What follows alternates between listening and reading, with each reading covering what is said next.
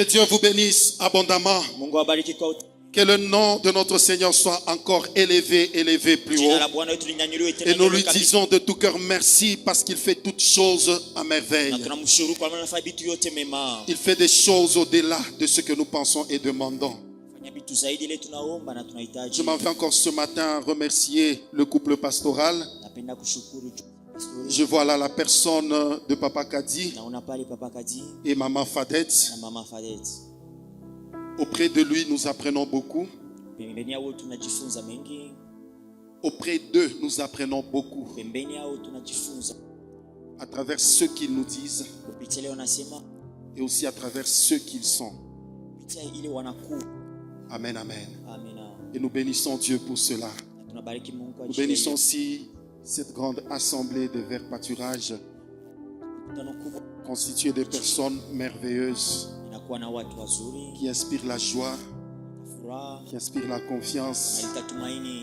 On peut seulement vous regarder, Unaweza tukuangalia, on sent la force revenir. nasikia nguvu ya kuja. On peut seulement vous regarder, Unaweza tukuangalia, on sent même la joie de prêcher. na furaha kuhubiri. Nous bénissons Dieu pour vous.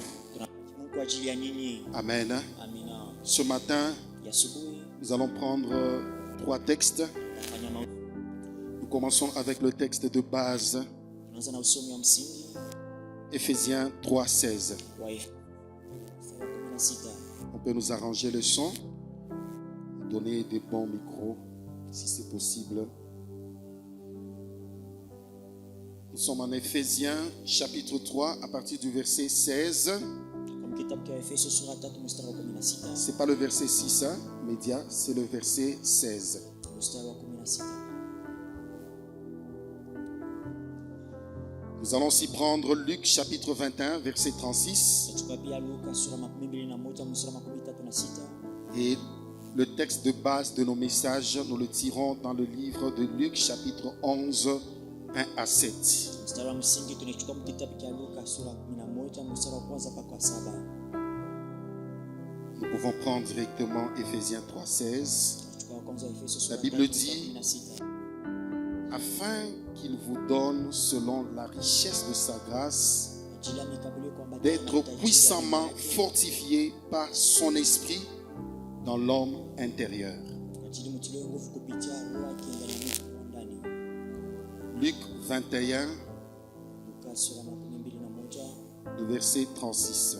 mstari wa 36. Luc 21, le verset 36. La Bible dit, Linasema veillez donc et priez en tout temps, keshe na muombe nyakati zote afin que vous ayez la kwa force. ajili muwe na nguvu. Nous sommes fortifiés puissamment dans notre homme intérieur par le Saint-Esprit. Tunatiliwa nguvu ndani ya mtu wetu wa ndani kupitia Roho Mtakatifu. Et le verset que nous lisons, on nous demande, Na mstari ambao tunasoma ou ni on nous donne même un ordre, c'est un impératif. wala tukabulia agizo, Veillez donc et priez mkeshe na muombe en tout temps, afin que vous ayez la force d'échapper à toutes ces choses qui arriveront et de paraître debout devant le Fils de l'homme. Amen. Nous pouvons prendre Luc 11, tunachukua Luka sura 11 à partir du premier verset. kuanzia mstari wa kwanza. Luc chapitre 11, Luka sura 11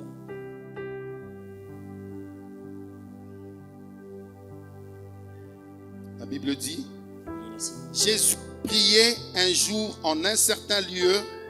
Lorsqu'il eut achevé, un de ses disciples lui dit, Seigneur, enseigne-nous à prier comme Jean l'a enseigné à ses disciples. Jésus, il prend la parole et leur dit, quand vous priez, dites, Père, que ton nom soit sanctifié et que ton règne vienne. Dans le livre de Matthieu, on parle de notre Père qui est aux cieux. kitabu ya Mathayo anasema baba yetu aliye juu mbinguni. Et que ton nom soit sanctifié. Nous pouvons même nous arrêter là pour ce qui concerne notre message. Linaelekea mtu. Amen, amen. Est-ce qu'on peut acclamer la parole de Dieu? Ya neno la Mungu.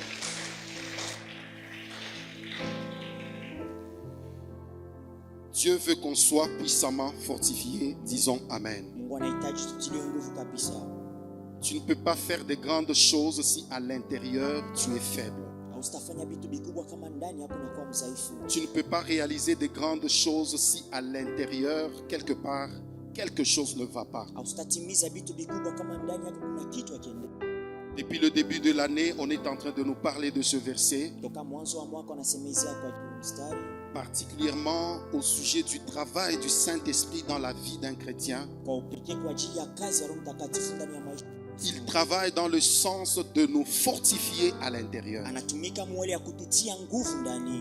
Tous ceux qui réalisent des grandes choses dans la vie, Wale wote wanatimiza vitu vikubwa ndani ya il y a maisha. une énergie qui provient de l'intérieur. Kuna nguvu moja inatoka ndani yao. Et Dieu, comprenant le besoin de vert pâturage cette année, Na Mungu mahitaji ya majani mabichi. il veut que tu sois fortifié à l'intérieur. Anahitaji utiliwe nguvu ndani. Parce que Dieu t'attend à des grandes réalisations Kwa cette maana année. Mungu anakongojea matimizo kubwa Dieu ndani ya t'attend mwaka. à des grandes choses cette année. Mungu anakongojea kubwa hiyo mwaka. Et il veut d'abord s'intéresser à l'homme intérieur. Na anapenda kwanza kuangalia mtu wa ndani. Et quand nous lisons Luc chapitre 21, la Bible nous dit, Kisoma kitabu cha Luka sura 12. veillez et priez Anasema pour que vous ayez la force kwa ajili muwe na nguvu d'échapper à toutes ces mauvaises choses qui arriveront ya kuepuka kubitu yote vibaya vitafika. et de rester debout devant le Fils de Na l'homme.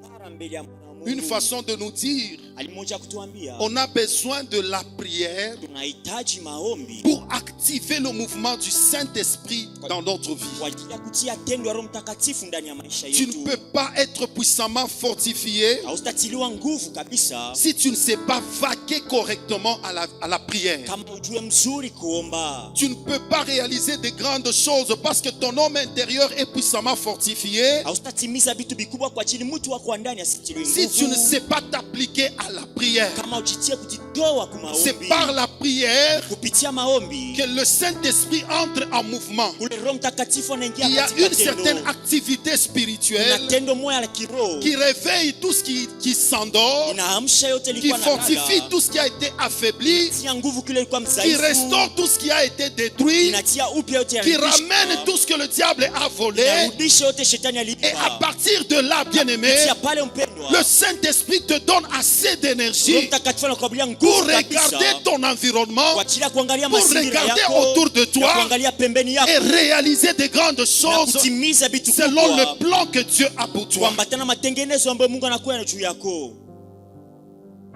Dis Amen. Amina.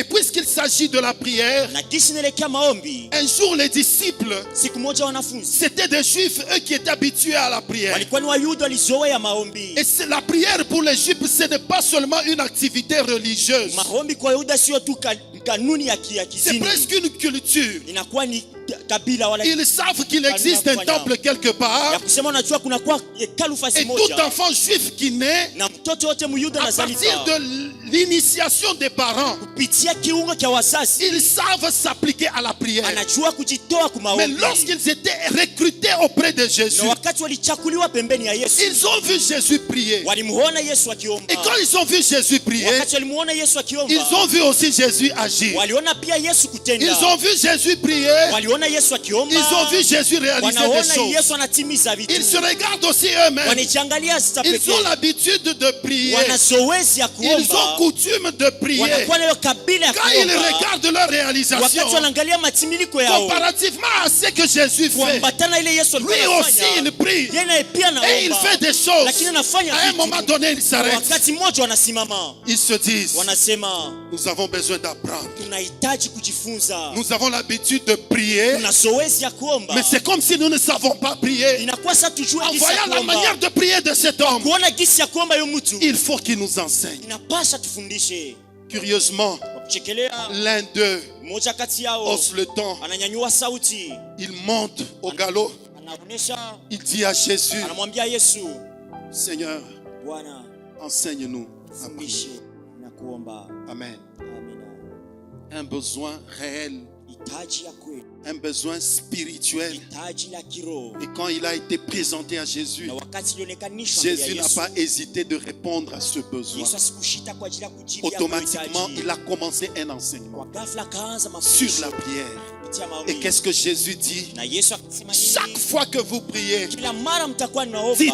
semeni. Amen. Amina. La prière, c'est une communication avec Dieu. Maombi inakuwa ni mazungumzo na C'est un Mungu. moyen par lequel nous nous entretenons, nous échangeons avec Jésus, Njia kule avec ambayo le Seigneur. tunazungumza na Bwana na Mungu. Et tu ne peux pas dire que tu pries si tu ne sais pas exprimer tes idées vers Dieu. Hausitasema unaomba kama hujua kusema Et wazo lako Jésus kwa leur dit, Mungu. chaque fois que vous priez, dites: Na Yesu anawaambia kila mara mkiomba Notre Père msemeni, qui est aux cieux, Baba yetu aliye juu mbinguni, que ton nom soit sanctifié. jina lako litakasiwe. En quoi consiste l'enseignement de Jésus? Mafundisho ya Yesu inaangalia Tout nini? ce qu'il a dit dans ce chapitre Yote alisema dans cette portion d'écriture de Luc chapitre 11, ya kitabu ya Luka c'est sura beaucoup 11. de choses qui nécessitent beaucoup de temps pour expliquer. Ni vitu mengi binaomba wakati mingi kwa Mais nous ajili ya pouvons seulement kujifasiria. nous atteler sur la première phrase Hatutabaki paka msemo ya où kwanza. Jésus dit: Kule Yesu anasema chaque fois que vous priez, kila mara dites: mnaomba, Notre Père qui est aux cieux, semeni Baba yetu aliye juu que mbinguni, ton nom soit sanctifié. jina lako litakasiwe. Et toutes les fois, si vous lisez bien la Bible, que Dieu,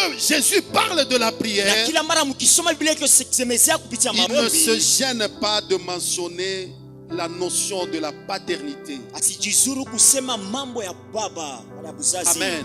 Amina. Une façon de nous dire, Namna moja kutuambia chaque fois que vous priez, kila mara mnaomba, rassurez-vous que vous êtes en relation avec le Père. mujihakikishia kusema mnakuwa katika uhusiano na Rassure-toi baba. que Dieu c'est ton Père Mujihakikishia kusema Mungu et ni que baba toi yako, tu es son fils. na wewe unakuwa mwanake.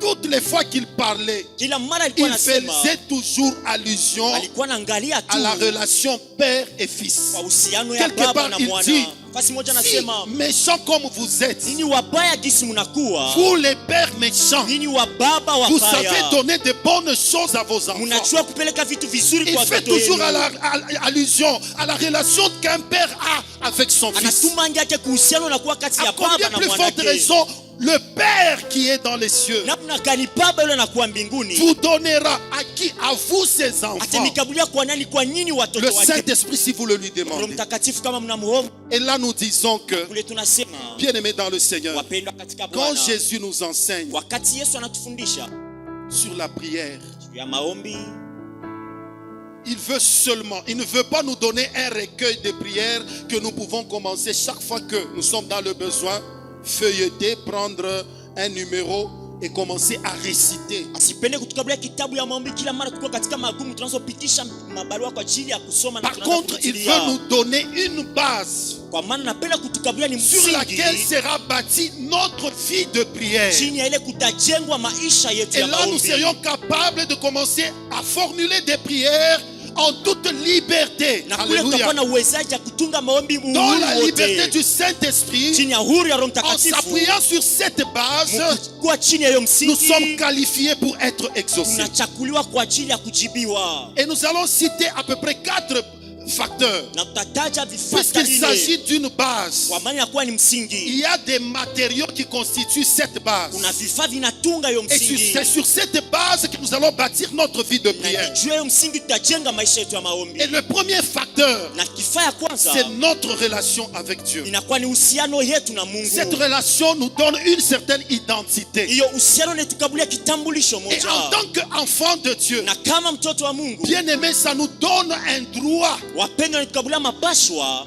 le droit de demander des choses à Dieu. mapashwa ya kuomba vitu kwa Mungu. Et là, nous allons comprendre que Kule tutaelewa au kusema ciel où se trouve Dieu, mbinguni kule kunakuwa il a Mungu, des choses kuna vitu que lui ne consommera jamais. ambaye sitatumia kamwe, Mais il y a des choses sur sa table na kuna vitu juu ya meza que yake lui-même appelle le pain des enfants. ambaye anaita mkate ya Des watoto, choses qui sont destinées aux enfants. vitu ambavyo vinaelekea Alors, il watoto. faut être un enfant de Dieu Inapaswa mtoto wa Mungu pour avoir droit au pain pain des enfants. kwa ajili ya kuwa na mapasho kwa mkate wa Et si watoto. tu es sûr ce matin que tu es un enfant Na de kama Dieu, unahakikisha asubuhi leo na kusema unakuwa mtoto il y wa a Mungu, plein de choses sur la table de kuna Dieu. vitu ya mingi pa meza ya Et tu Mungu. as droit d'accéder à cette table. Na una mapasho ya kukula kuyo Tu es meza. enfant de Dieu parce que tu as cru en son nom Uko mtoto wa Mungu kwa maana uliamini ndani ya et jina que tu as lake. reçu la parole de Dieu. Na ulipokea neno la Mungu. Tu es devenu un enfant de Dieu. Unakuwa mtoto wa Mungu. Dieu fait de toi un ayant droit. Mungu anakufanya Et mtoto wa chaque fois mapasho. que tu pries, Na kila mara naomba cette identité-là, kitambulisho ile c'est sur ça que sera basée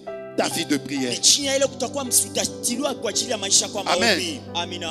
Un deuxième facteur Na kifaa ya qui pili constitue la base de notre vie de prière, inatunga msingi ya maisha yetu ya maombi, c'est la foi. inakuwa ni imani. Bien-aimés, quand nous lisons en Matthieu chapitre 21, verset 21, Wapenda tukiomba tukisoma la Bible nous dit, si vous avez la foi, mkiwa na imani, si vous avez la foi, mkiwa na imani, vous feriez ce qu'on a fait de ce figuier mtafanya leo alifanya kwa jiwe muchi, et vous diriez à cette montagne, na mtaambia yo mlima, ôte-toi d'ici toka hapa et jette-toi dans la mer. na ujitupe katika bahari. Si vous ne doutez pas, Kama mjute, cela se fera. ile itafanyika. Alléluia. Amina. Est-ce que vous lisez même dans le livre de Jacques? Ukisoma hata kitabu cha Parce que la Yakobo, foi qui est recommandée dans la vie de prière, imani ambao wanaomba ndani ya maisha maombi c'est juste l'absence du doute. inakuwa ni kutosha tu mashaka.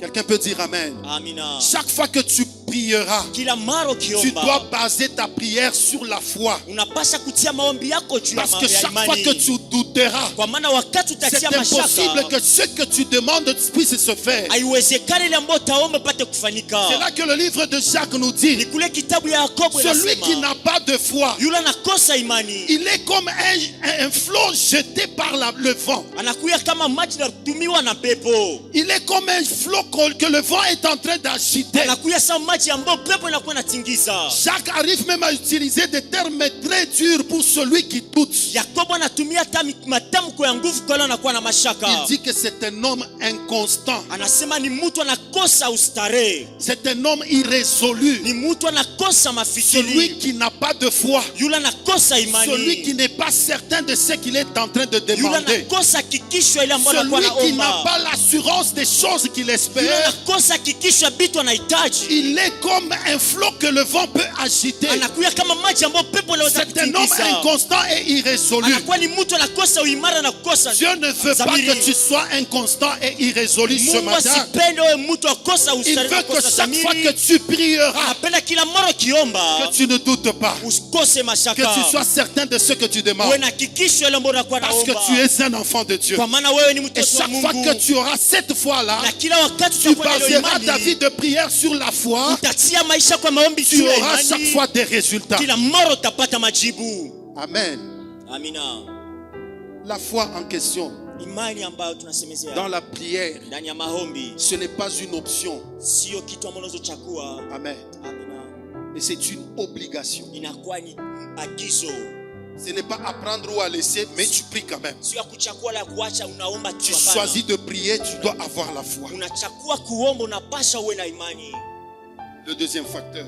Na sifa ya pili, Le troisième facteur, sifa ya tatu c'est la volonté de Dieu. inakuwa ni mapenzi ya Mungu. Et là, nous retrouvons ça dans le livre de 1 Jean, Na kule tunayapata mkitabu wa chapitre kwanza, 5, verset 14, sura ya 5 mstari wa où on nous 14. dit toutes les fois que vous demanderez quelque chose selon la volonté de Kule Dieu, wanasema kila mara mtaomba kitu kuambatana na mapenzi ya Mungu, Dieu le fera. Mungu atayafanya. Tu peux demander beaucoup de choses, mais qui ne Oui. sont pas dans la volonté de Dieu. Unaweza kuomba vitu mengi lakini bila Et mapenzi ya curieusement, Mungu. pendant que tu pries là, Kwa mshangao, wakati unaomba tu fais longtemps. dans la prière. unakawia, La voix se casse. sauti na katika, Tu dépenses de l'énergie. unatumia nguvu mengi, Mais en train de demander des choses qui ne sont pas dans la volonté de Dieu. unakuwa naomba vitu ambavyo visio mapenzi ya Mungu. Seulement parce que tu as vu, Hiyo kwa ajili tuliona, tu as entendu des publicités ulisikia où vitu on t'a dit que tout ce que tu as là, ce n'est pas ça. kule walikwambia sema yote unakuwa nayo sio yote, Cherche à avoir ça. tafuta kupata hii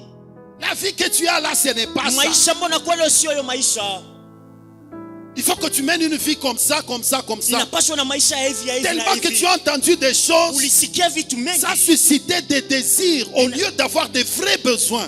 Binaamusha mapenzi maisha yako. Et tu vas Kafasi na avec mapenzi ya ça kweli. dans la présence de Dieu. Na unenda ile uwepo wa Tu Mungu. fais longtemps, Unakawia. tu perds le temps, Unaponda tu muda. peux prier, tu peux crier, Unaweza tu kulalamika. peux même pleurer, Unaweza tu peux takulia. faire des mouvements, Unaweza mais kutika en train de katika demander tendo. des choses qui sont en dehors de la volonté de Lakini Dieu. unakuwa naomba vitu vinakuwa nje ya mapenzi Ce yako. que Dieu veut, Ile Mungu anaomba. c'est que tu bâtisses ta vie sur la volonté de Dieu. Jenge maisha yako chini ya mapenzi ya Bâtis ta vie Mungu. de prière sur la volonté de Dieu. Jenga maisha yako Et ya chaque maombi chini ya fois que mapenzi ya tu veux Mungu. connaître la volonté de Na Dieu, kila mara ukihitaji kujua mapenzi ya recours Mungu, à la parole. tumia neno. C'est là que le Saint-Esprit nous révèle des choses que Dieu nous a données par sa grâce. Ni kule Roho Mtakatifu anatufunulia vitu ambavyo Mungu alitukabulia Vis kupitia dans neema. l'intimité du Saint-Esprit chaque fois qu'il va te révéler. Kama kupitia uhusiano wewe na Roho Mtakatifu Toi, kila tu ne mara peux pas atakufunulia. demander ça, demande Wa seulement ça. ustaomba hii, omba ile. Toi, tu ne peux pas d'abord chercher ça, cherche d'abord ça. Hawezi kwanza kutafuta itafuta kwanza Alléluia. ile.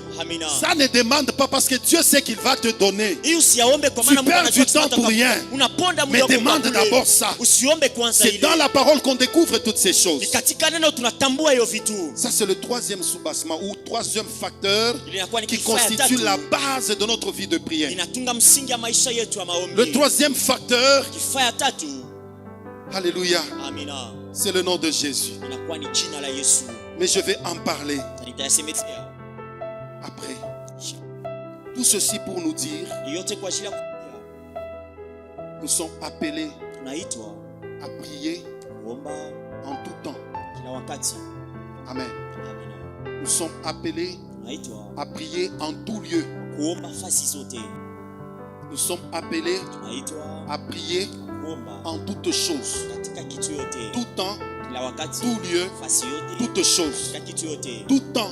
Kila wakati. La Bible dit, Biblia inasema veillez et priez en tout temps. keshe na muombe kila wakati. Alléluia. Amina. En toutes choses. Katika kitu La yote. Bible dit, Biblia inasema en toutes choses, katika kitu faites yote. connaître vos besoins à Dieu Muonesheni par mahitaji des yenu kwa Mungu prières, kupitia maombi, des supplications maombolezi et des actions de na grâce. matendo la shukrani. Tout temps, Kila wakati. la Bible dit, Biblia inasema je veux que les hommes, nahitaji watu tout lieu je veux dire, kila fasi. je veux que les hommes prient en tout lieu, Nahitaji watu waombe fasi zote avec les mains élevées, les mains pures na élevées, mikono safi yenye sans kunyanyuliwa colère bila ni kasirani mauvaise pensée. wala mawazo Ce n'est mbaya. pas moi qui le dis, Sio mimi c'est la nayasema, parole de Dieu. ni neno la Mungu. Tout le temps, Kila wakati, toutes choses kila et kitu, tout lieu. nafasi zote.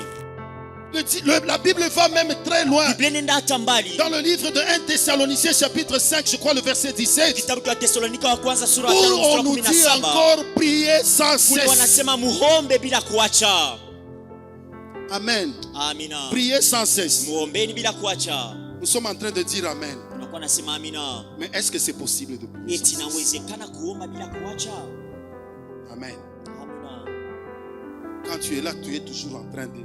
Kama ukubali kupaka, Tu sors en cours de route, tu es unatoka toujours comme ça. barabara kupaka hivi. Jina la Yesu. Tu vas à la maison, Nenda kunyumba, comme quelqu'un là. sa mtu moja Nous étions en prière, tulikuwa katika maombi, tellement qu'il ne veut pas arrêter de prier sans cesse. sisi sikupenda kuacha kuomba. Quelqu'un frappe à la porte. Mwana konkola Il est là mlango, toujours en train de prier. Rakabarashit. Il ouvre la porte. anafungua Rapara. mlango. Entre. Ya, Raparakaramaration. Jina la Yesu. Le monsieur était très bien habillé. Il Sovala lui dit mzuri anamwambia Rakabarashit. sovala mzuri mu Tout ça, jina c'est la quoi? Yesu. Yote ni nini? Il prie sans cesse. Kuna omba bila kuacha. Est-ce qu'il faut, c'est vraiment possible de prier sans cesse? Eti inawezekana kuomba bila kuacha. Vous savez, le fait de ne pas comprendre ce que c'est que la prière, Hali ya kukosa kuelewa nini na kuwa à un moment maombi. donné, ça a développé dans le langage de certaines prières, dans certaines personnes, comme des choses comme si la prière est devenue une mauvaise chose. Kwa watu wengine leta wazo ya kusema kama maombi na kuwa kama kitu kibaya. Ce n'est pas parce que la chose est mal faite que la chose elle-même devient mauvaise. Sio kama kitu kinafanyika mbaya kile kitu kinakuwa kibaya.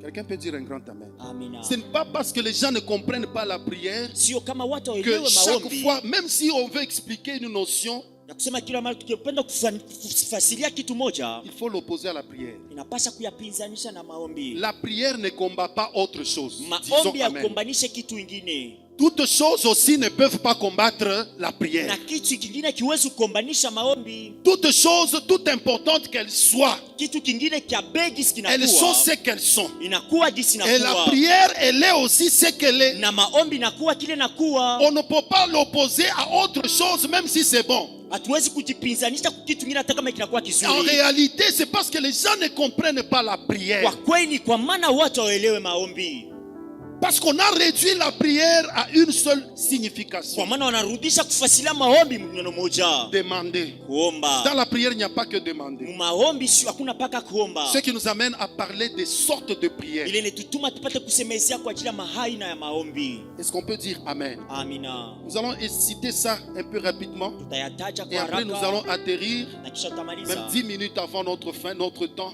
dakika 10 mbele ya mwisho Nous allons wa wakati vaquer yetu, à la prière. Nous allons nous appliquer à la prière. tutajitia kwa maombi. Il y a plusieurs sortes de prières Kuna mahaina mengi ya maombi, que par la grâce de Dieu, nous avons pu les résumer en 3. kwa neema ya Mungu tuliyatia makundi tatu. Amen. Amina. La première catégorie des sortes de prières, Kundi ya kwanza ya maaina ya maombi c'est quand nous nous adressons à Dieu. ni wakati tukisemezea wala tukizungumza na. Amen. Amina. Chaque fois que nous communiquons avec Dieu, Kila mara tukizungumza na Mungu, c'est dans cette phase ni katika hiyo qu'on kipande découvre les prières de supplication, wanatambua maombi ya maombolezi, les prières d'invocation, maombi ya kuita, les prières d'intercession, maombi ya kuita, les prières de maombi, confession, maombi ya kukiri, les prières d'action de grâce, maombi ya tendo la les shukrani, prières de louange et d'adoration. maombi ya sifa na maabudu. La liste est très longue, vous pouvez aussi ajouter beaucoup de Daftari inakuwa choses. mrefu na mnaweza Et toutes kuongeza ces kitu. prières sont orientées vers Dieu. Na hiyo maombi yote Tu es en inatumiwa train kwa de Mungu. parler à ton Père. Unakuwa nasema na baba yako. Alléluia. Amina. Et chaque fois que tu fais toutes ces prières, Na kila mara ukifanya hiyo maombi, tu vas te rendre compte que utatambua kusema chaque prière a son temps. kila maombi inakuwa na wakati yake, Et chaque prière a son contexte. na kila ombi inakuwa na wazo Et lake, chaque prière a son lieu approprié. na kila ombi inakuwa nafasi Quelqu'un ambayo peut dire unaweza un grand kuyafanya. amen. Amina. J'aime Dieu parce que dans sa Bible, dans Napenda la Mungu kwa Bible, maana katika Biblia zake il a dit quelque part, la sagesse a dit quelque part, hekima ilisema fasi moja, Dieu fait toutes choses bonnes en son temps. Mungu anafanya kila kitu kizuri kwa wakati yake. Toute chose n'est bonne que quand elle est faite dans son temps. Kila kitu kinakuwa kizuri wakati kinafanywa Tu kwa peux wakati faire une yake. bonne chose mais qui n'est pas dans son temps, elle peut devenir mauvaise. Unaweza kufanya kitu nje ya wakati yake, muziki Nous naweza kuwa avons kitu par kibaya. exemple besoin de la musique. Tunahitaji kwanza Mais vimimbo. quand tu commences à nous donner la musique, au moment où nous avons besoin de prier ou bien on a besoin de prêcher la parole, la musique qui est une bonne chose, mais qui n'est pas faite dans son temps, elle devient gênante, elle devient mauvaise. Ukione tukabulia maombi wakati ya kuhubiri wala maombi ile mwimbo inakuwa wa kitu kibaya. Le même inakuwa ya principe, nous kuzuru. pouvons l'appliquer dans la prière. Hiyo kanuni moja tunaweza pia kuyatia katika maombi. Toutes les prières ne sont pas à faire partout. Maombi yote sio ya kufanya fasi Toutes prières ne yote. sont pas à faire n'importe quand. Ombi lote sio ya kufanya Toute wakati prière n'est yote. pas à faire n'importe où Ombi yote sio ya ou kufanya dans fasi n'importe yote. quelle situation. Wala katika jambo Il lolote. faut savoir que dans cette circonstance, Inapasha kujua katika hiyo j'ai besoin de jambo, dire ça à Dieu. ninahitaji J'ai besoin kumwambia de Mungu. faire ça à Dieu. Nahitaji Dieu kufanya hili peut na Mungu. avoir besoin que tu fasses une prière d'action de grâce Mungu anaweza- dans une circonstance donnée. Anaweza kuhitaji ufanye maombi ya tendo la shukrani Mais toi, katika tu jambo commences à fulani. briser. Wewe unaanza kuvunja. Alléluia. Amina. Tu vas dépenser de l'énergie et ça ne va produire aucun effet. Unaweza kupotesha nguvu yako na italeta kitu. Et chaque fois que tu t'adresses à Dieu, Kila mara ukisema na Mungu, en reconnaissant que tu es un enfant de Dieu, kwa kutambua kusema na tu kwa as la Mungu, foi. una imani, Alléluia. Amina. Tu connais la volonté de Dieu unajua et mapenzi tu ya Mungu, pries au nom de na Jésus-Christ. unaomba mjina la Sois sûr que ce que tu vas demander, kisha kusema hilo taomba, Dieu va le faire. Mungu atayafanya. Disons Amen. Amina. Deuxième catégorie Kundi la pili, des prières que nous faisons, maombi ambayo c'est tunafanya quand on s'adresse, ni wakati Pas à Dieu. tukizungumza hapana kwa Mungu, mais nous nous adressons à nous lakini une prière. tunazungumza na sisi pekee. Les gens s'étonnent, tu peux aussi prier en t'adressant à toi-même. C'est biblique. Unaweza kujiombea hata kuzungumza na wewe pekee. Le fait de ne pas comprendre cette dimension de prière Hali ya kukosa kuelewa hiyo hatua ya maombi par moments, ça nous induit dans les erreurs. Kwa wakati moja inatupeleka katika De makosa, faire des prières qui ne conviennent pas. kufanya maombi ambayo haistahili. Quand vous lisez Psaume chapitre 103, à partir du premier verset, Soma Zaburi sura 103. c'est David qui était spécialiste dans des prières adressées à son âme. Ni Daudi alikuwa mwenye anajua kufanya maombi na angalia nafsi yake. Amen. Il dit, mon âme Anasema nafsi bénit yangu l'Éternel. bariki wa La milele. prière, c'est une activité spirituelle. Maombi inakuwa ni kazi la kiroho.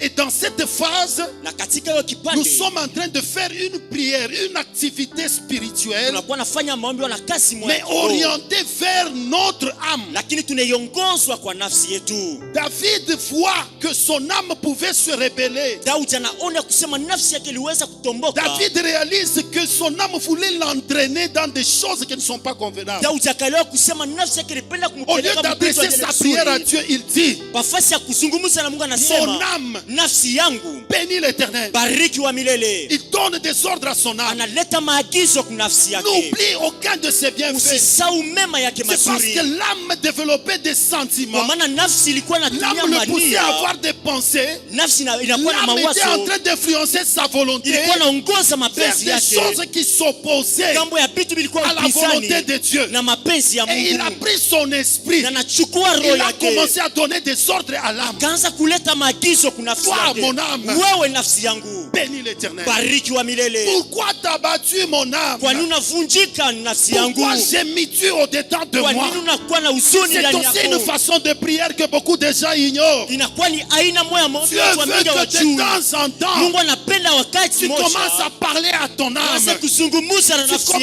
à yako, parler à son uanze âme. kusema na nafsi yako. Même Jésus de son vivant, Hata Yesu wakati alikuwa il est anaishi, arrivé à un moment donné, ilifika kwa wakati une moja, période où lui-même il a dit, wakati moja yeye pekee alisema, mon âme est triste. nafsi yangu inakuwa katika Mon âme huzuni, est troublée jusqu'à la mort. nafsi yangu inavuruka mpaka Il kumauti. était spécialiste à dire dans plusieurs circonstances, chaque fois, je suis. Alikuwa anajua majira ya kuachana kusema mie niko. Mais à un temps donné, Lakini mwakati il moja a commencé à dire aux gens ce qu'il ressentait au-dedans de lui. akaanza kuambia watu ilikuwa nasikia ndani C'est yake, que son âme ile exprimait. nafsi yake ilikuwa anasema, Mon âme est triste. nafsi yangu inakuwa Mon katika âme est huzuni, troublée jusqu'à la mort. nafsi yangu inavuruka mpaka Et si tu ne kumauti. sais pas bien contrôler ton âme, Na kama ujue si tu kuongoza ne sais mzuri pas nafsi bien yako, t'adresser, faire des prières sur ton na âme, kama ujue kufanya maombi ile inaelekea tu nafsi peux yako, commencer à formuler des prières unaweza kuanza kutunga maombi qui ne sont pas conformes à la volonté de Dieu. ambayo yambatane na mapenzi ya Mungu. Quelqu'un peut dire un grand amen. Amina. L'âme, elle est comme la charnière de l'homme. Nafsi inakuwa kama kiungo cha mtu, Des éléments constitutifs de l'homme. kitu ambacho kinatunga Parce que l'homme est tripartite. mtu. Anakuwa na vipande tatu, Il a un esprit, anakuwa na roho, il a une âme, anakuwa na nafsi, il a aussi un corps. anakuwa pia na mwili. L'âme est comme la charnière, pourquoi? Nafsi inakuwa kama kitu L'âme kinaunga. reçoit les informations à partir de notre corps. Nafsi inapokea maujumbe wala habari Les kutoka mwili informations que yetu, les organes de sens sont en train de lui apporter. habari ambayo mania ya mwili inakuwa L'âme est kupitia. capable de les convertir en des sentiments, en des émotions. Nafsi inaweza kuyabadilisha kumania À partir de ce que tu vois, à partir de ce que tu entends, à partir de ce que tu sens, kupitia ile unasikia, ile unaona na ile unasikia tu mwili, communiques des informations à l'âme unakuwa nakabulia mahabari et kumwili, ça crée des émotions na inatunga de mania joie ou de ya tristesse, furaha wala ya de huzuni, colère ou d'apaisement. ya kasirani wala ya ustarehe. En même temps, Na kile kwa non wakati moja seulement le moja, corps amène des informations à l'âme, hapana tu mwili il inaleta y a habari aussi kwa le nafsi, Saint-Esprit qui peut amener des informations à l'âme. na pia Roho Mtakatifu anaweza kuleta habari kwa Quand nafsi. David est en train de parler à son âme, Wakati Daudi anasema na c'est nafsi, son esprit, inakuwa ni roho l'esprit yake, qui perçoit, qui contacte les choses de Dieu. roho ambayo inapokea vitu ya Il prend Mungu, les informations de Dieu. inapokea Il habari ya commence à Mungu les communiquer à l'âme. na anaanza C'est kuyambukizia pourquoi kwa dans le nafsi. psaume 103, Ndio kwa maana il Msaburi dit, mon âme, 103 souviens-toi de Dieu. anasema nafsi yangu kumbuka Mungu, N'oublie aucun de tes bienfaits. usisabu mema Il yote commence à aliyofanya. rappeler à l'âme, Anaanza kukumbusha nafsi Dieu là, ule Mungu pour qui tu oublies les yule choses qu'il a ambayo faites. nasahau vitu ambayo C'est lui alifanya, qui t'a délivré de la ni force. alikufungua toka shimo. Celui qui est capable de te rajeunir. Anawezaje kutia Celui qui est upya. capable de te combler de biens et de richesses. Anawezaje kukabulia Celui qui mali. peut te couvrir de bonté, de miséricorde. Anaweza kufinika na mema na Ces neema. notions-là, c'est l'esprit qui les capte. Na hiyo mafundisho ni Et roho qui ya prend ces pokea. informations pour les communiquer à l'âme. Na inakuwa na wakati ya Et kuyakambukizia comme l'âme kunafsi. a la faculté, le mandat de convertir toutes ces informations en émotions, Na nafsi inakuwa na en nguvu ya pensée kubadilisha et en mawazo volonté, mbaya na il mapenzi. peut prendre les choses qui viennent de l'esprit, Inaweza kuchukua vitu vinatokea il les kuroho, convertit. C'est anayabadilisha. là que tu peux sentir la volonté de faire quelque Unaweza chose. kusikia hitaji ya kufanya kitu. C'est là que tu peux sentir la volonté de venir à l'église. Unaweza kusikia hitaji ya C'est kwa parce que kanisa. l'esprit a parlé à ton Kwa maana ni âme roho alisema et kunafsi yako. finalement tu t'es décidé. Na mwisho wake unachukua C'est la mpango. volonté qui est entrée en jeu. Mapenzi iliingia Tu t'es katika déplacé tendo. de chez toi vers ce lieu Na kutosha pour kunyumba kuna kuleta rencontrer le pale Seigneur, fasi. pour le célébrer. Kwa ajili ya kukutana na Mungu na kumsifu. Et il a l'habitude de parler à ton âme. Wana zoezi ya kuzungumza na nafsi yako. Mais l'habitude à parler à Dieu, Dieu dort. Papa nous en a parlé. Baba alitusemezea. Pesanga, Nikabulie. Sombelanga, Ninusie. Kabelanga. Nikabulie. Il n'y a pas que ça comme prière. Kuna paka ile Il y a kama aussi des maombi. prières qu'on adresse à l'âme. Kuna maombi ile tunasema na L'âme nafsi. peut t'empêcher de commettre des erreurs. Nafsi inaweza kusuru Tu kutenda commets trop makosa. d'erreurs, c'est parce que tu laisses ton âme libre. Unafanya makosa mengi kwa maana unaacha nafsi yako Tu katika sais que tu huru. peux prier quand tu es fâché. Unaweza kuomba wakati unakuwa Est-ce katika que tu sais que tu peux prier quand tu es triste? Eti unajua unaweza kuomba wakati unakuwa Est-ce que katika tu peux huzuni. prier quand tu vis, tu es dans la joie, dans tes euphories? C'est possible de prier. Unaweza kuomba hata katika wakati wako wa furaha. Mais quelle sorte de prière tu dois faire dans ces circonstances-là? Lakini haina kanya maombi unaweza kufanya Pourquoi katika quand nous sommes en hiyo colère ou quand nous sommes tristes, nous posons des actes que nous regrettons après? Kwa nini wakati unakuwa katika kasirani wala C'est katika parce que nous ne unafanya savons vitu pas ambavyo parler à l'âme. kwa maana tujue Dieu kuzungumza na veut que tu nafsi. commences à parler à ton âme. Kama wakati unajua kusema na Chaque fois nafsi que ton yako, âme veut t'entraîner dans des choses, kila mara nafsi yako ikipenda kuongoza même katika pendant que tu vitu, es en colère, hata wakati unakuwa katika kishilani, wanakushirikisha, on t'a wanakushirikisha. tellement énervé. À un moment donné, tu te tournes. Wakati mmoja Tu nageuka. fais seulement rakabarashike rakalabara. Alléluia. Amina. La Bible nous dit que chaque fois que tu parles en l'âme, Biblia inasema kila mara ukisema katika lugha, quand il n'y a pas d'interprétation, tu t'édifies. Tu édifies qui? wakati hakuna utafsiri unatia nguvu Tu nani? t'édifies toi-même. Titia nguvu Tu peux pekee. faire une prière où tu t'édifies toi-même. Unaweza kufanya maombi kile Alléluia. umejitia nguvu Et tu pekee. ne commettras jamais d'erreur. Hautafanya Et le kama diable ne kosa. t'induira jamais dans la force. Na shetani sitakuongoza kama Tu peux katika prier shimo. quand c'est facile. Unaweza kuomba wakati Tu peux kunakuwa aussi prier wepesi. quand c'est difficile. Unaweza kuomba pia wakati kunakuwa On t'a kigumu. pas dit de prier seulement quand c'est facile. Hawaseme uombi mpaka wakati vitu vinakuwa vyepesi. On nous a parlé des pièges de l'ennemi, n'est-ce pas? Walitusemezea kwa ile kama mitego ya Vous ne adui. savez pas que la plupart des pièges passent à travers la facilité. Unajua mitego mengi inapita mwa wakati wa wepesi. Papa Pierre, que Dieu vous bénisse beaucoup. Papa Petro, Mungu Je ambariki me suis kabisa. rappelé de votre message opportunité ou piège. Ninakumbuka mjumbe wenu bahati wala mtego. Tu vois que c'est trop facile ici, je n'ai pas besoin de prier. Unaona hapa ni wepesi, sihitaji Tiens, kuomba. Tout ce qui te reste, c'est embrasser. Kile C'est kinabaki tellement facile kupokelea. que tu n'as pas besoin de la Ni prière. kiepesi kula uhitaji hata maombi. Demande à Israël devant Akan. Uliza Israeli mbele ya Kabu. Akan, Mbele ya Kan. petite ville, Mji kidogo mais qui a humilié un grand pays, qui a un grand Dieu. lakini ilipatishwa aya mji kubwa Parce qu'on inakuwa a na pensé Mungu que c'est mkubwa. facile, Walizania kusema wepesi, on n'a pas besoin de prier. hatuhitaji kuomba. Devant Jéricho, Mbele ya Yeriko c'était difficile. ilikuwa kigumu. On a consulté Dieu. Tulizungumza na On a eu la Mungu, victoire. tulipata ushindi. Et quand on était devant quelque chose de Na facile, wakati tulikuwa mbele ya kitu kepesi, embrassons. tupokelee tu.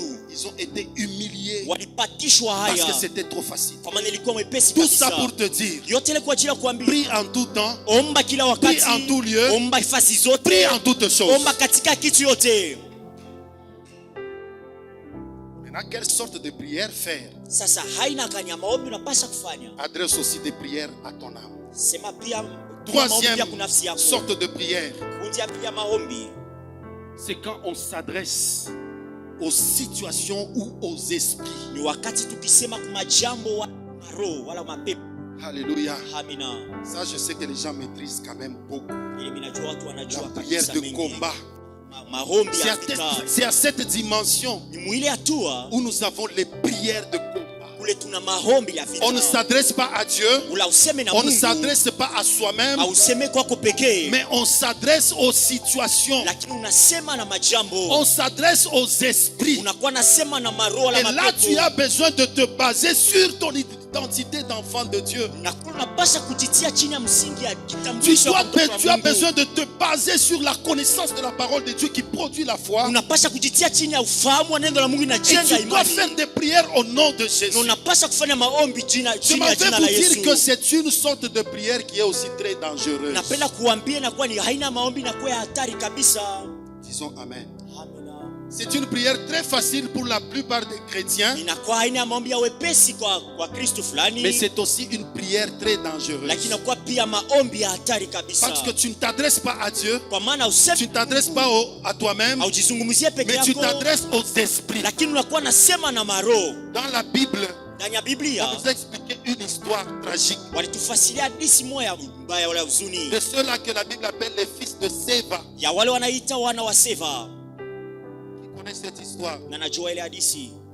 Ces gens-là, Wale watu la Bible dit que c'était des exorcistes. Biblia inasema ni wale watu wakuwa wanaita mapepo. Alléluia. Amina. Ils ont vu le mouvement des apôtres, comment ils chassaient les démons, Waliona tendo ya mitume jinsi walikuwa wanafukisha mapepo. comment ils utilisaient leur autorité, leur pouvoir Namna walikuwa wanatumia uwezo pour wao wala guérir les mamlaka yao malades, faire pas mal de choses au nom de Jésus. kwa ajili ya kuponya wagonjwa na kufanya vitu Ils ont vikubwa pensé mjina la que Yesu. c'est tellement facile que nous aussi nous pouvons faire. Walizania kusema ni kepesi na wao pia wanaweza kuyafanya. Ils ont vu quelqu'un qui était possédé. Waliona mtu mmoja alishikwa na mapepo. Ils ont commencé à dire, Wanaanza kusema je te conjure. mimi nakuapia. C'est aussi une forme de prière, la conjuration, Inakuwa ni aina moja ya maombi kulapa. où on prie avec instance. Kule unaomba na nguvu Tu pries kabisa. avec pression sur quelque chose. Unakuwa naomba na Tu nguvu chini ya utilises kitu une certaine moja. autorité pour ordonner des choses. Unatumia mamlaka moja Et kwa ces ajili ya gens-là, kuamuru ils ont vitu. utilisé cette forme de prière Na wale watu walitumia hiyo aina ya pour commencer à maombi menacer les esprits. kwa ajili ya kuambukizia wala kugombana na Bien-aimé, mapepo. la Bible nous dit Biblia que inatuambia les esprits ont commencé à réagir. mapepo kaanza kutenda. Un esprit a dit, Pepo mmoja akasema, toi tu nous chasses. wane tufukishe. Paul dont tu parles là, Paulo ambao unasema nous le connaissons. tunamjua. Le nom de Jésus que tu cites, Jina la Yesu ambao nous unataja le connaissons. sisi tunayajua. Mais vous, Sasa nyinyi qui êtes-vous? mwe ni wa nani? Qui êtes-vous? Mko wa nani? Quand on demande qui es-tu, Wakiuliza wewe ni on a nani, besoin de connaître l'identité. wanahitaji kujua Tu viens vers kitambulisho. moi avec quelle identité? Unakuja kwangu na Nous kitambulisho avons gani? parlé d'une prière qui est basée sur la relation et cette relation nous donne une identité. Tulisemezea aina ya maombi inakuwa chini ya Les kitambulisho esprits inatumia ont aina ya compris maombi. Biblia mapepo Les inaelewa gens qui nous kusema chassent là watu ambao n'ont wanatufukisha pas de base. wanakosa Ils msingi. sont prenables. Unaweza kuwabamba. Les esprits ont tourmenté ces gens Mapepo kafurusha kapiga wa watu au point de les déshabiller, de déchirer leurs vêtements. watu ya kuondosha mavazi na On kuyapasula. leur a fait des blessures. Wakapata Ils vidonda sont rentrés sans habits à la na maison. walirudia bila vazi Parce nyumba. qu'ils ont utilisé un pouvoir Kwa maana walitumia uwezo dont ils n'avaient pas qualité. ambao walikosa mamlaka. Mungu amibariki sana parce que muko na ile pouvoir. Que Dieu vous bénisse parce que vous détenez ce pouvoir. Alléluia. Amina. Vous qui êtes dans une bonne relation avec Dieu. Ninyi mnakuwa katika uhusiano nzuri na Mungu.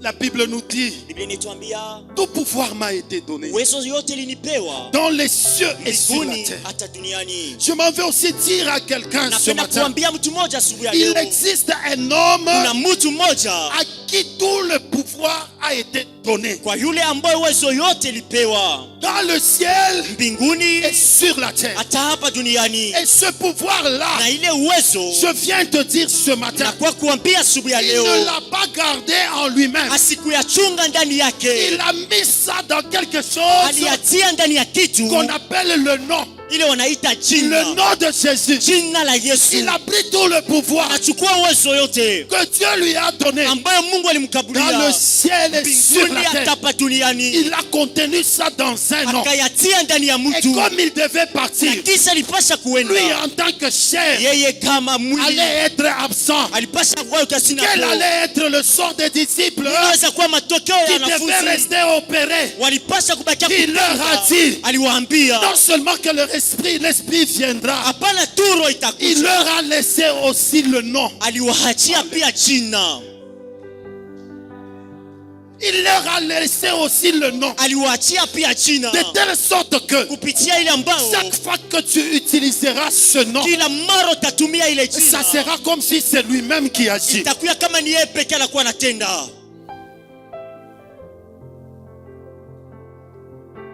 Il n'est pas là physiquement.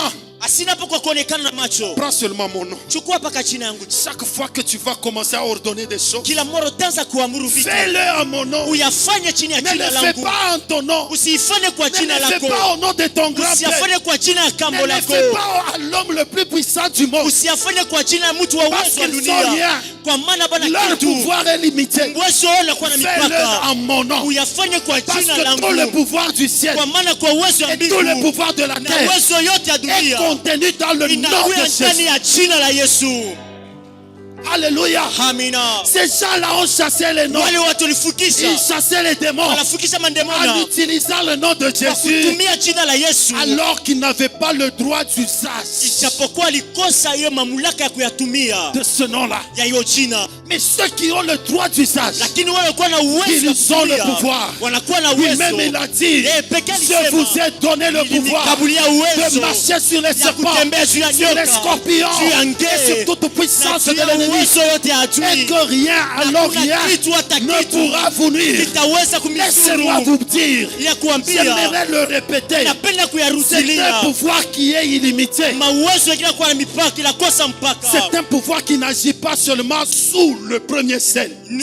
Ni uwezo haitende mpaka juu ya mbingu ya kwanza pana. Alléluia. Amina. Ce n'est pas un pouvoir qui agit seulement sur la terre. Sio uwezo inatenda mpaka C'est kwa un dunia pouvoir qui pana. commande aussi les choses dans les cieux. Ni uwezo unaongoza vitu mbinguni. C'est un pouvoir qui peut commander les choses au deuxième Ni ciel. uwezo unaweza kuongoza vitu mbingu ya C'est pili. un pouvoir c'est un pouvoir que tu peux utiliser pour commander les choses même dans le troisième ciel. Ni uwezo unaweza kutumia juu ya kuongomba vitu Papa mbingu nous ya a déjà tatu. parlé des trois cieux. Baba mwe wasa kutufundisha juu ya mambingu tatu. Bien-aimés dans le Seigneur, Wapendwa katika il n'y a Bwana, pas que le ciel que nous voyons, le ciel visible ici. hakuna paka mbingu tunaone na macho. Il y a un deuxième ciel Kuna mbingu ya pili. où il y a des principautés, Kule kuna kwa où il y a mautawala. des dominations, Kule kuna kwa où il y a mautawala. des esprits Kule méchants. kuna kwa mapepo Mais la mbaya. Bible me dit, Lakini Biblia il a inaniambia reçu un nom alipokea qui est jina au-dessus inakuwa de juu toute autorité, ya mamlaka au-dessus yote, de toute domination, inakuwa juu ya utawala au-dessus de yote, toute dignité, inakuwa juu ya ufalme au-dessus yote, de tout ce qui peut se nommer inakuwa juu ya yote inaweza kutajwa dans ce siècle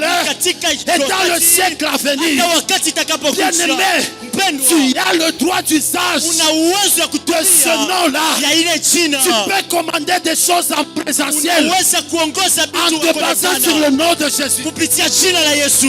Tu peux commander des choses à distance Unaweza kuomba vitu kwa mbali en te basant sur le nom de kwa Jésus. kupitia jina la Yesu. C'est un nom Ni jina qui ne tient pas compte des temps aiombe et des wakati circonstances. wala majira. C'est un nom Ni jina qui ne tient pas compte des temps aiangalie et mawakati des espaces. wala Dans mafasi. n'importe quel Hata espace, mafasi tu yoyote as le droit d'usage una uwezo wa d'utiliser kutumia le nom de Jésus. kutumia jina la Yesu. Ah, bien-aimé dans le Seigneur, Mpendwa katika Bwana, il n'y a pas un autre nom que Dieu exauce si ce n'est le nom de Jésus. hakuna jina lingine le Mungu anajibia, sio tu jina la Yesu. Je sais que Dieu ne m'exauce pas. Ninajua kusema Mungu Même asinijibie si je yake. prie comment Dieu ne Hata m'exauce naomba pas. namna gani Mungu Mais il asinijibie yake. exauce le nom de Lakini Jésus. anajibiaka jina la Yesu. Qui est le soubassement de ma prière. Kwa msingi ya maombi yangu. Il n'exauce pas Asijibi yake n'importe quel nom. jina lolote. Même si tu es pasteur. Hata kama unakuwa Même si pastori. tu es prophète. Hata kama unakuwa Ah, nabii. ce n'est pas ton nom que Dieu Sio exauce. jina lako Mungu Un jour anajibia. lui-même il a dit, Siku moja alisema, je sais mimi najua que tu m'exauces ninajua unanijibia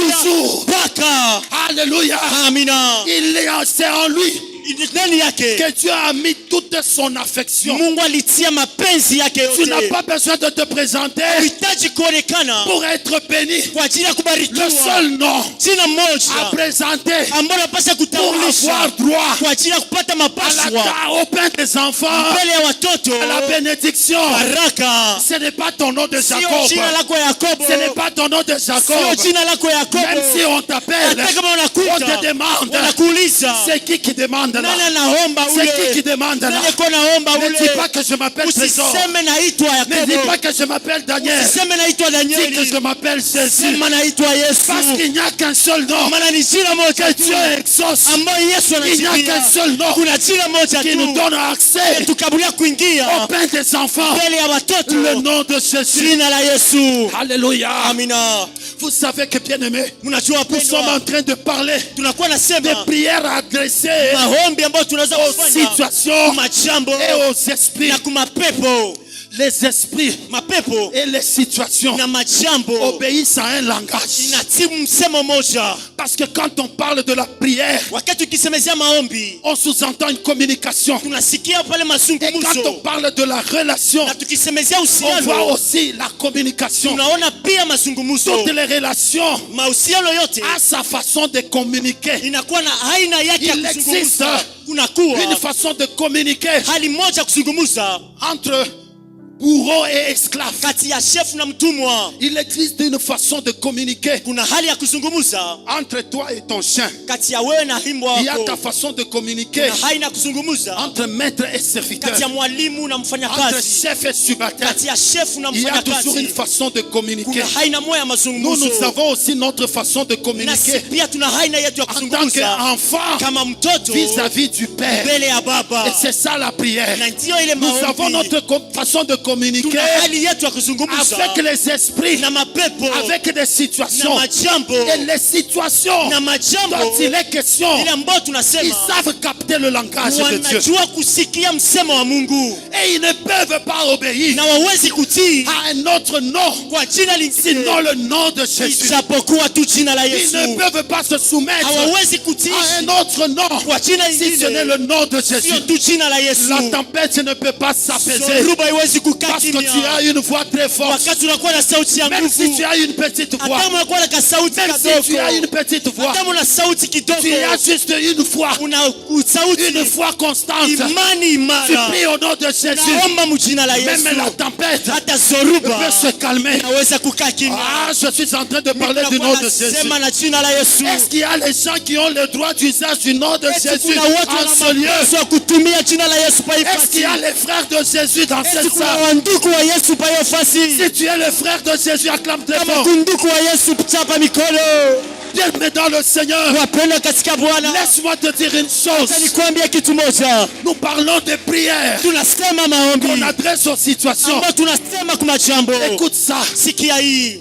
Israël, Israeli, Israël, Israeli, les enfants d'Israël, watoto wa ils Israeli savaient prier. walijua Ils kuomba, savaient adresser walijua des kufanya prières à l'éternel, le Dieu des maombi armées. kwa milele Mungu wa C'est majeshi. pourquoi quelque part, Sio maana nafasi il moja est dit, anasema j'ai entendu nilisikia les cris lalamiko que lui font pousser ses oppresseurs. ambao wasongo wanakuwa Les wanatumia. enfants d'Israël ne savaient qu'utiliser une seule flèche. Watoto wa Israeli walikuwa wanatumia tu mshale De la moja prière. ya maombi, Et chaque fois qu'ils faisaient des cris, na kila mara walikuwa chaque fois qu'ils wanalalamika, pleuraient, kila mara ils wakilia restaient toujours dans l'esclavage. walikuwa wanabaki katika Le utumwa. problème c'est quoi? Mambo ni nini? Dieu était en train de chercher quelqu'un, Mungu alikuwa anatafuta mtu pas seulement qui peut adresser des prières à Dieu, pale anaweza kuleta tu maombi kwa mais Mungu. quelqu'un Mtu qui est investi d'un pouvoir, anapokea uwezo, mais capable de parler à l'esprit de ana uwezo Pharaon. ya kusema na pepo la Tant Faraoni. qu'il n'y avait pas quelqu'un Ijapokuwa kulikosa revêtu mtu, d'un pouvoir d'en haut anakuwa na uwezo la pour mbingu parler à kwa Pharaon, kusema na pour Farao, parler à cette situation, kusema na ile jambo. il pouvait beau prier, Waliweza il pouvait kuomba, beau pleurer, waliweza il kulia, rentrait dans waliweza l'esclavage. kurudia mpaka Il mtumwa, priait, wanaomba, il pleurait, wanalia, et il rentrait dans les douleurs. wanarudi mpaka Mais mtumwa. le jour où Lakini siku ile Moïse est venu, Musa anakuja investi du pouvoir, mwenye cet kupewa homme qui uwezo. a expérimenté la sainteté de Dieu, Huyu mtu aliishi utakatifu wa Mungu, cet homme à qui tu as donné un pouvoir surnaturel, mtu ambaye Mungu alikabulia uwezo wa il est kimbinguni, descendu avec un langage, alishuka na msemo, pas pour communiquer avec Dieu, hapana kwa kuzungumza na mais Mungu, communiquer à un lakini esprit, kwa kuzungumza na pepo, l'esprit de Pharaon. pepo la Et Faraoni, comme son esprit na kisi roho était yake en haut, ilikuwa il juu, était plus fort alikuwa nguvu que l'esprit kabisa des ennemis. zaidi ya pepo na Pharaon a maadui. fini par libérer. Faraoni alifika mpaka Pharaon a fini mkuacha. par libérer. Faraoni alifika mpaka C'est mkuacha. ainsi, Ndio ce maana matin, hii asubuhi tu vas aussi utiliser ce nawe pia pouvoir. utatumia ile uwezo. Tu vas utiliser ce pouvoir. Utatumia ile uwezo. Parce que tu vis des situations Wakati unaishi qui machambo n'ont pas changé. haibadiliki. Tu as formulé Ulitunga des jérémiades. maombi ya maombolezo. Tu as formulé